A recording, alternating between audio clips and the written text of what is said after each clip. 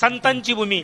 जेवढे जेवढे संत या भारतात जन्माला आले, नवे नवे अखंड हिंदुस्थानात जन्माला आले, तेवढे संत एकट्या महाराष्ट्रात जन्माला आले. म्हणून या भूमीला महाराष्ट्र असे म्हणतात. मग त्या संतांच्या भूमीत तुम्ही आम्ही जन्माला आलो म्हणून उजळले अवघी चिंता.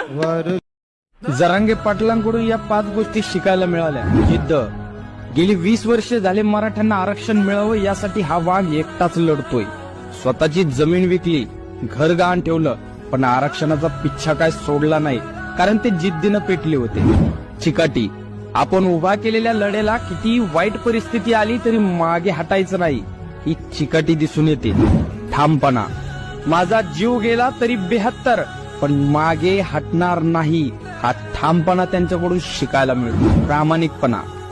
सरकारच्या शिष्टमंडळाला जे काय बोलायचं ते कॅमेरा समोर बोलायचं आणि कानात कुजबूज करायची नाही असं ठणकावून सांगत त्यांनी सगळ्यांचीच मनं जिंकली. जरांगे पाटील मॅनेज होणारा माणूस नाही, हा विश्वास त्यांनी मराठ्यांना दिला.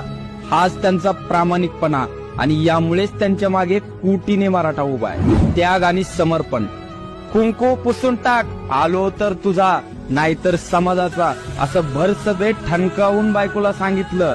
कुटुंबाच्या भेटीनंतर भावनिक होऊन माझा धीर खचेल म्हणून कुटुंबाला आंदोलन स्थळी येण्याला बंदी घातली.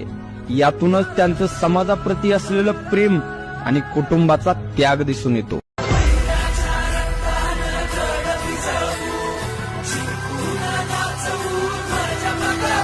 हे अभिनंत शशिवाचे त्रिशूळ आम्ही त्या भैरवाचे, आम्ही निळकंठ विष पिऊन मोडितो वैऱ्याची मुंडकी मोजून. चंडीची ती प्यास मराठे, दुर्गेचे ते हास्य मराठे.